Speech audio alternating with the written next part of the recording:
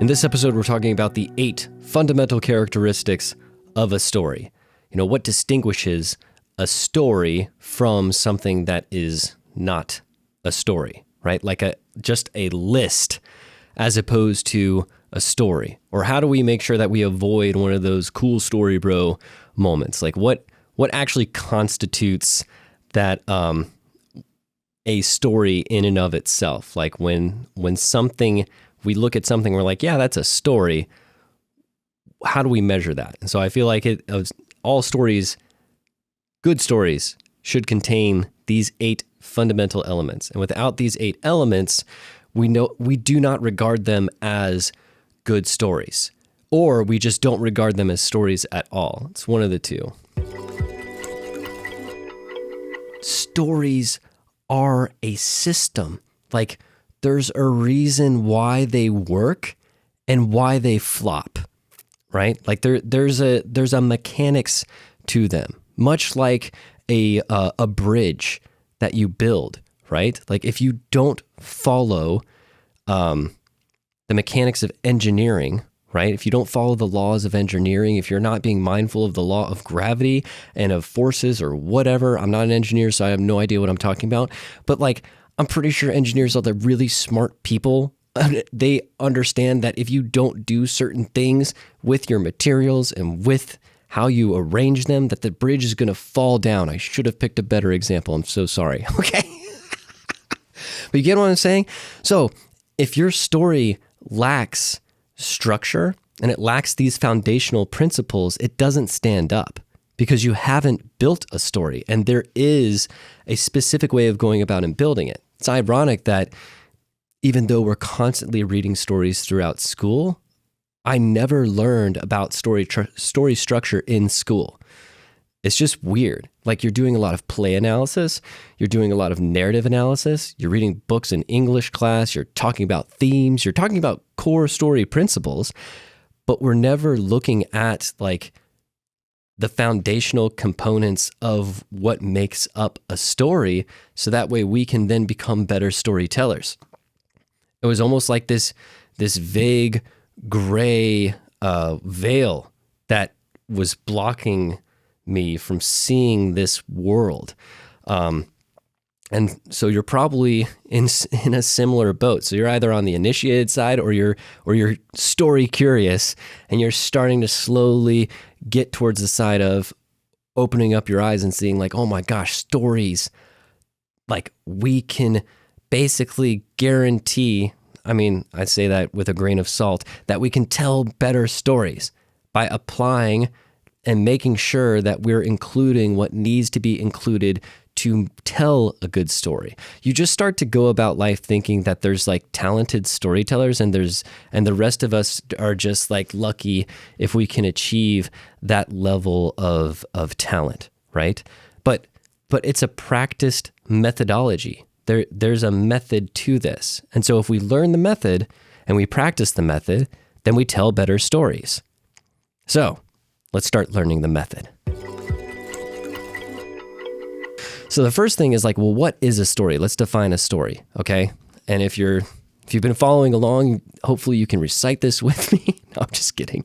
But a story is the chronicle of a character who wants something and endures a series of obstacles in order to get what they want. Or a story is a logical argument that leverages emotion in order to make sure that its points stick. You can ultimately have like 2 different types of stories. You have a human-driven story, a character-driven story, or an idea-driven story. A lot of journalistic, like nonfiction storytelling, a lot of company messages, company storytelling, it's idea-centric storytelling. It's a story about a company, a story which in itself is kind of like an abstract idea, story about a program, about a product. If you're like doing a story about a location, doing a story about an actual movement, an actual idea, like those are idea-centered stories. They're, what's the word? What is the word for that? I'm not going to remember it, but it's kind of like any sort of like educational content. Educational documentaries are often about like specific ideas. Like that's one type of story you can tell. The other type of story is a character-driven story. It's a story about a person.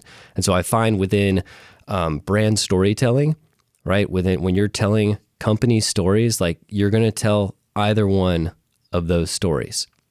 So you're either going to use a story as a character who wants something and endures a series of obstacles in order to get what they want, or you're going to use a story in an essay format where the theme, the controlling idea of your story, essentially is like the value proposition that you're trying to prove to the audience about your program or your product or your organization. Okay. So we're going to talk most specifically, this is going to be about the character-driven story. I'm not sure if all 8 of these factors actually apply to the essay format, so I might have to go and redo this. So we're specifically going to be focusing on the character-driven story. The first factor is your setting, okay? Because essentially what you have to do as you begin a story is you have to give kind of like ground your audience in where you're at. You have to help them understand, like, you know, where am I? What's going on here? What's important? So that's why you're casting the setting. You're introducing them to the story world, and you're inviting them into the story world. So you're helping them understand, like, we're at this time, at this place, with these characters. And that's what you're kind of talking about. So from a company standpoint, oftentimes when you're introducing the setting, it's we're at this company, we're within this market, our company does this thing, this is the building that we're at, this is the city that we're in. You get what I'm saying? It's like you're just setting the setting. So the first factor is setting. The second factor is a character, right? Stories need characters. The reason for this is because what happens as we're listening to a story is something called narrative identification. Narrative transportation is another way of saying it. It's where we get transported into the story world and we identify with the main character and we start experiencing the story from their point of view. And so when something sad happens to them, you feel sad and you want to cry, right? So narrative transportation isn't always a governing factor, because within comedies, this audience is actually able to separate themselves from the main characters so that they can laugh at that main character's misfortune, okay?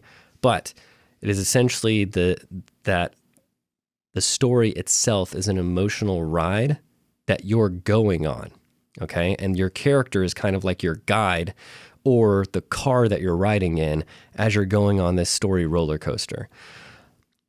And the character is driven by a desire. So every character has a driving desire. And the story is either a result of them pursuing what they want or a chaotic event that disrupts them getting what they want. Okay, so you have a character who wants something. So that's number 2. Number 3 is the theme. So the theme or the controlling idea, these can be used interchangeably. They're very similar.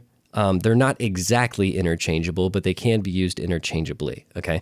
So a theme is more like emotional, philosophical. It's a bit broad because it's more primal. Like really great themes are very primal emotions. So things that touch on like life and death, security,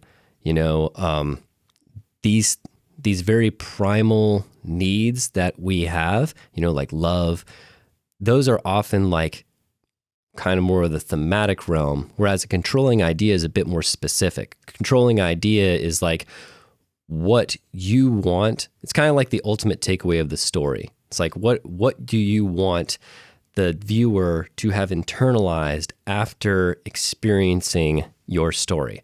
It's usually the controlling idea. It's the opinions that the storyteller has that you're trying to communicate about a specific topic. That's a controlling idea. And so in essence, the story itself is kind of like a logical proof designed to communicate and validate and prove your controlling idea throughout the journey. And so the theme is essentially like, it's kind of like your Occam's razor for your story, that everything that goes into the story has to support the theme. And anything that's in the story that doesn't support the theme doesn't belong in the story. And so that's how you know like what you should keep and what you should cut out when you're trying to figure out and when you're trying to find your story. It's like the theme makes sense of the story and it gives it a sort of like continuity and a unity, and it provides the logic beneath the story. That's what the theme and the controlling idea does. So oftentimes when stories like films we watch don't make sense or they kind of go off the rails, it's because they don't really have a very strong theme, that they've forgotten that connective tissue. The theme is absent, and usually the thing that even professional storytellers forget will be the theme. Okay, but it's extremely important because it helps make sure that everything is reinforcing the core meaning of the story. So if you're trying to communicate your value proposition, that's why you place your value proposition as the theme, is because the audience is most likely to internalize that message, because the entire story is basically singing that central song. So there's no way they might not, and they won't remember your value proposition word for word, but they'll definitely internalize it and feel it and be able to communicate it back to you in their own language.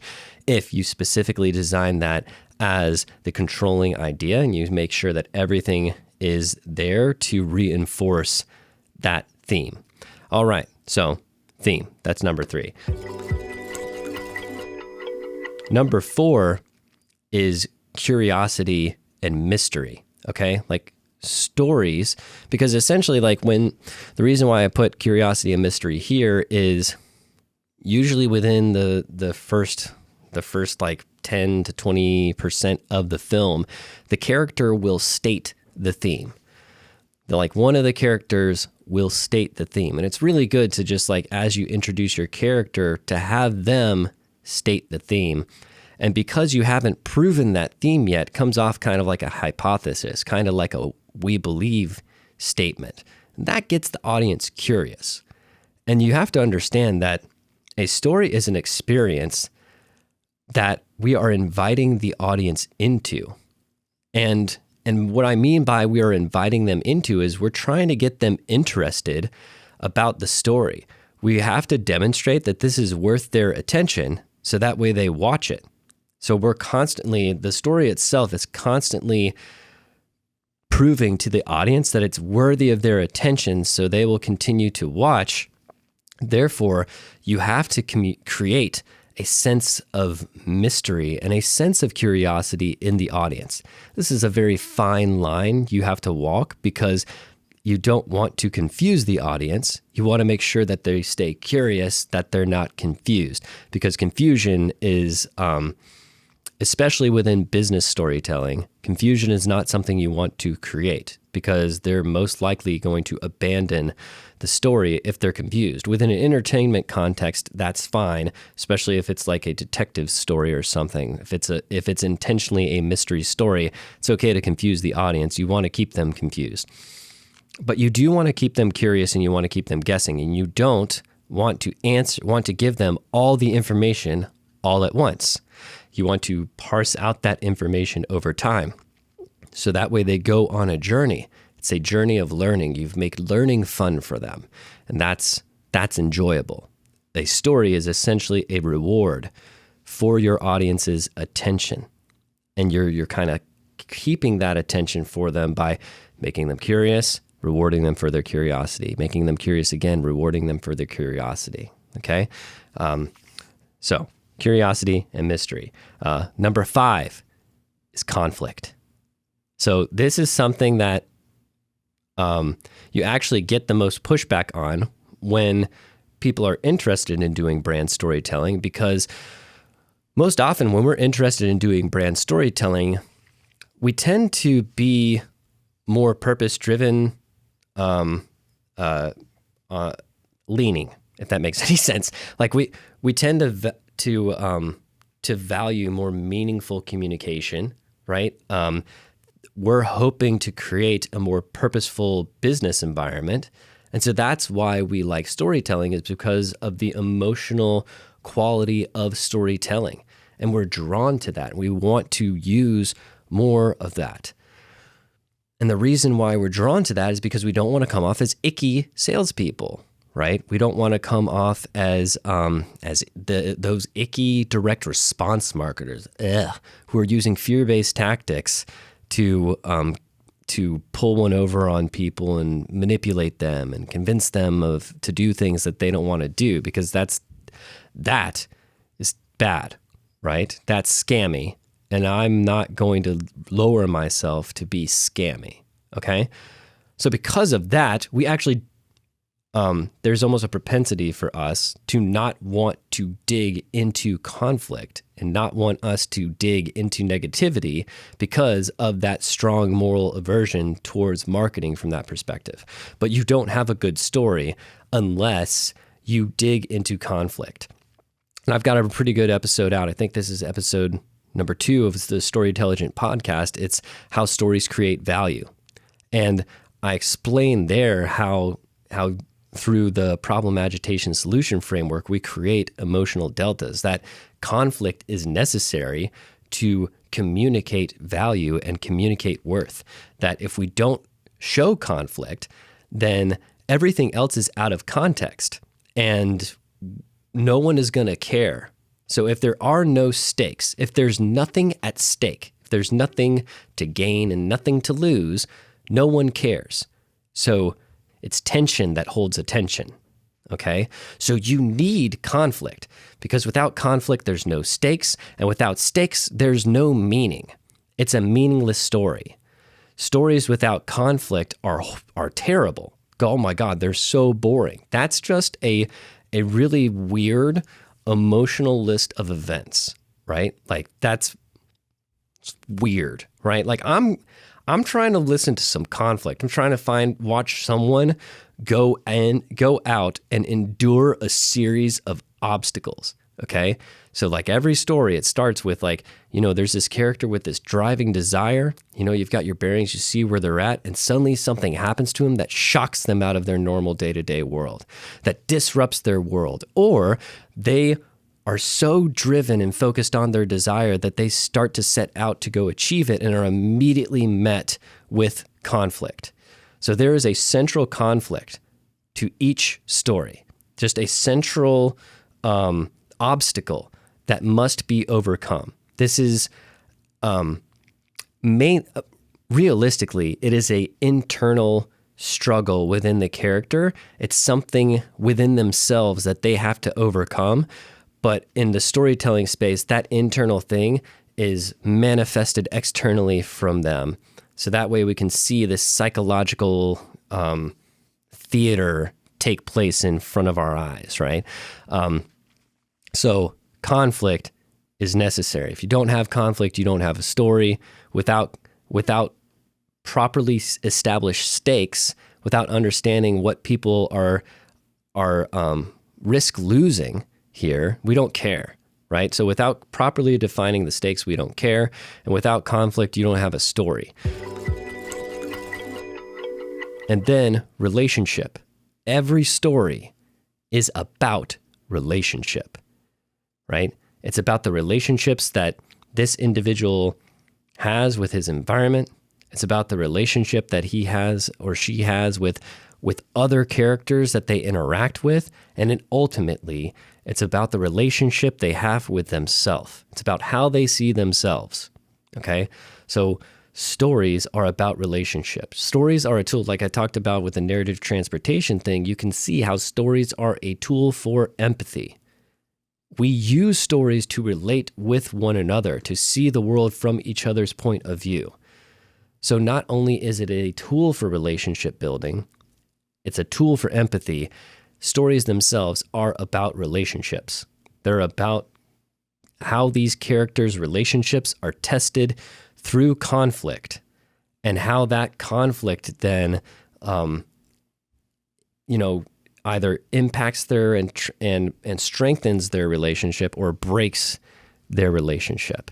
And so a really good thing for when you're talking about like customer testimonials is you want to try to dig into that relationship and start to unpack, like, say you're doing a customer testimonial between like your customer and a sales rep, then you might want to start digging into how the conflict started to test their relationship and how their relationship strengthened through how each of them responded through that conflict, right?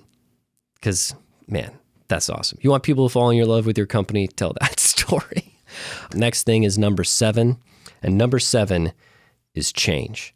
So I alluded to this when I was talking about the relationship of how like the conflict impacts the relationships and changes the relationships. Stories are about change. If we just hear a story and it's event,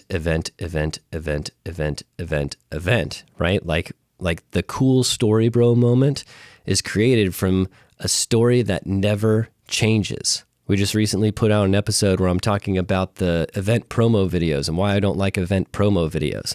Because any event promo video that's longer than 30 seconds doesn't get seen past 30 seconds. It's boring because nothing changes. It's the same thing.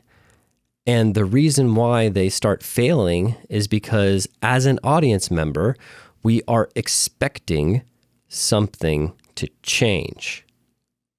And when we realize nothing is going to change, we stop paying attention and we leave. So you have to catch this. The expectation of the audience is that something will change. Okay?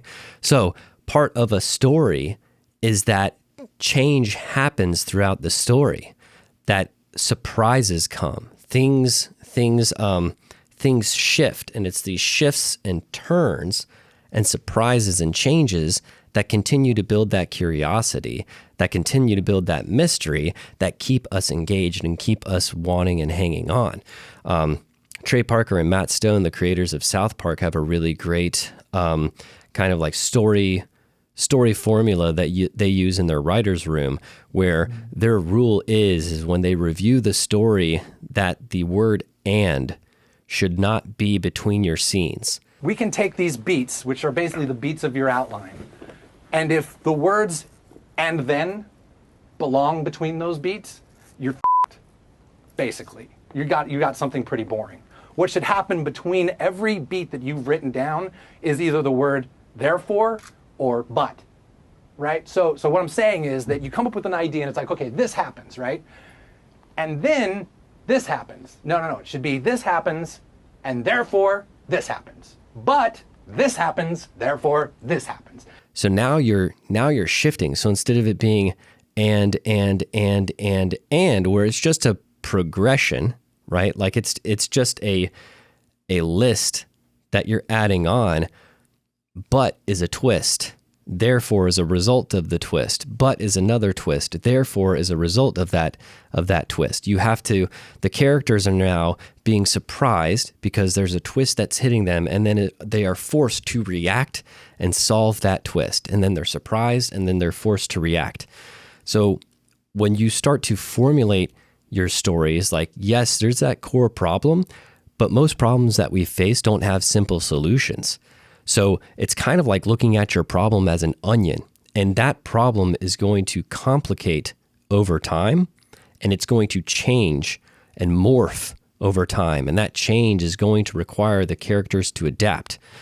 Also, as a story moves along, what's going on as we're doing this whole whipping around is it's literally stories. Why I'm making this. So if you're listening to this, I'm making this a snake motion with my fingers because I'm drawing a sort of like story arc. Like imagine a story as a ride that you go on. It's a roller coaster ride of emotion.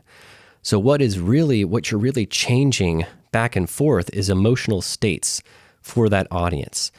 And each scene of the story should move and should shift emotional poles, because as you're shifting those emotional poles, right? Just like a ride, a roller coaster that goes up and down, it's creating momentum, right?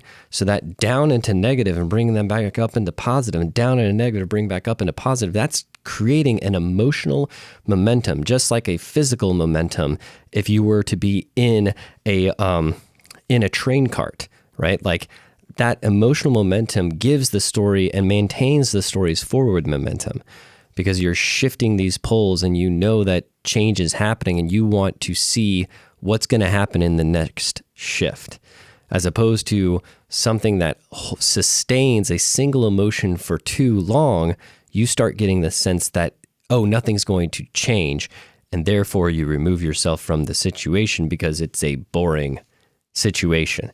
So as you're going, if your scene starts negative, end the scene positive. If the scene starts positive, end the scene negative.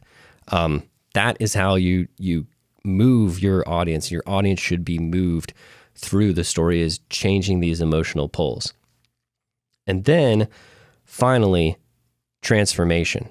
So none of this change is just arbitrary, and none of this change is there for a momentary point of time. The change that they're experiencing should be lasting change. It should transform them. They should be transformed through this process of meeting this conflict head on, that their relationships are tested and the relationship is transformed. But internally, they have learned something. Our character has learned something. They have found a power within themselves, and they have matured. They have grown. They have transformed, and they have become something greater than they were before they started. And so stories communicate this promise of transformation. At the beginning of every story, secretly, unconsciously, exists a promise of transformation. You're basically making a promise to the audience that you're about to take them on a journey. And as they lock themselves into that roller coaster ride, and as they go on that journey with you, that you're giving them the promise of transformation, that they're going to leave that story changed, just how the character leaves that story changed. And that's through the process of narrative transportation, because what is going to happen to the character is going to happen to us. And so that excites us. We get this vicarious experience of being able to enjoy that transformation with them. And even specifically from a business perspective, right? Like, you want to show that your brand is making a lasting transformation in the lives of people, because that communicates the value that you're adding. That communicates the delight factor, that this isn't just like a single Kit Kat that you're eating and then that sugar rush is gone after 5 minutes. Like, we're talking about like the value you're providing to your customer is causing lasting transformation for them.